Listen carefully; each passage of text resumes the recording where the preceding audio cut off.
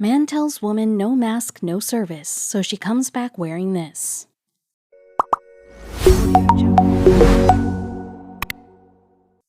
He had had enough.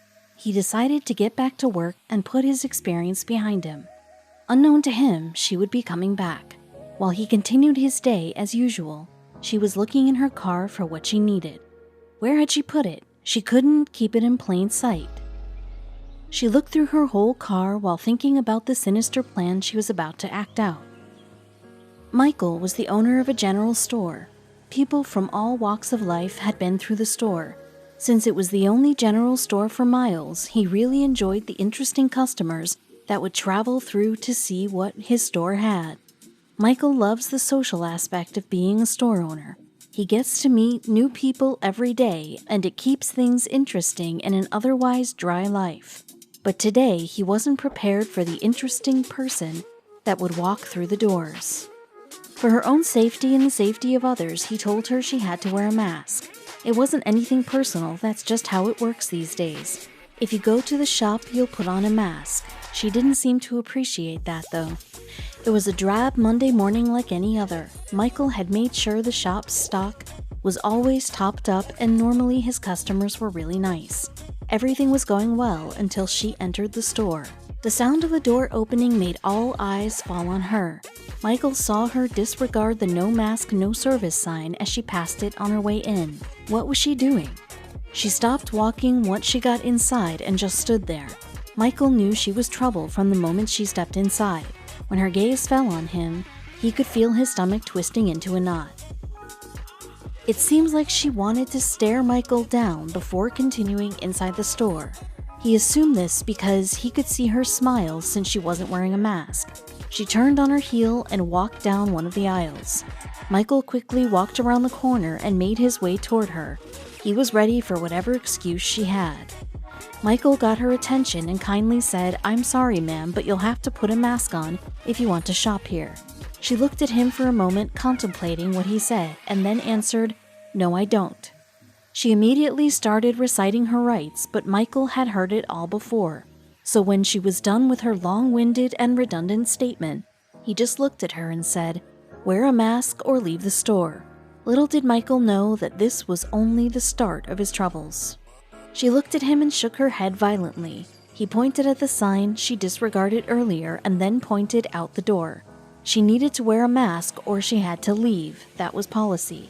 It seemed like she was looking for attention. She smiled at him and laughed in his face as she walked out. This is what she had planned the whole time. She was waiting for this moment. Michael breathed a sigh of relief when she was gone. Now he could carry on with his day. He just hoped that no one like her would come through the doors again. Anti-maskers were his worst nightmare. He soon forgot about her and started packing more stock. But she was waiting by her car, planning her next move.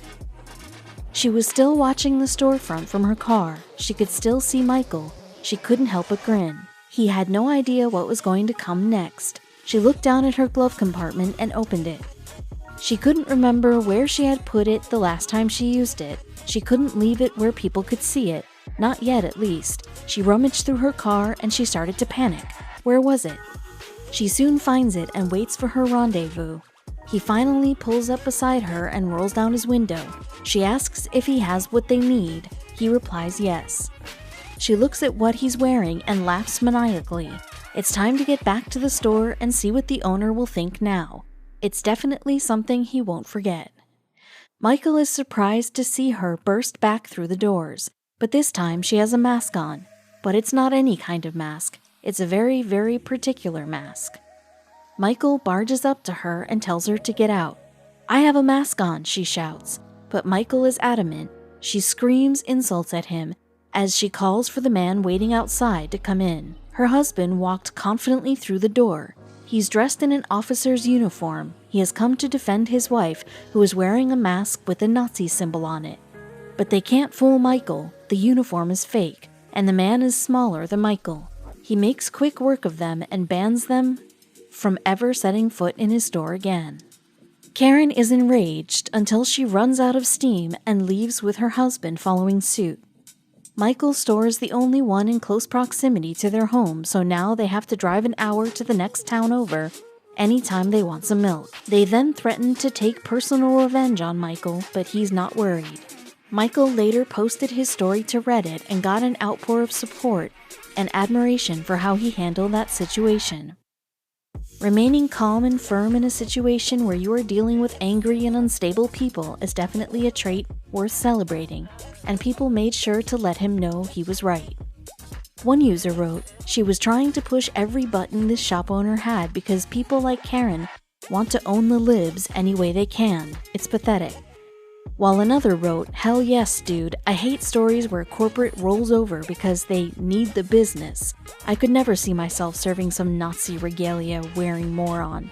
I wish everyone was as empowered/willing to do this as you."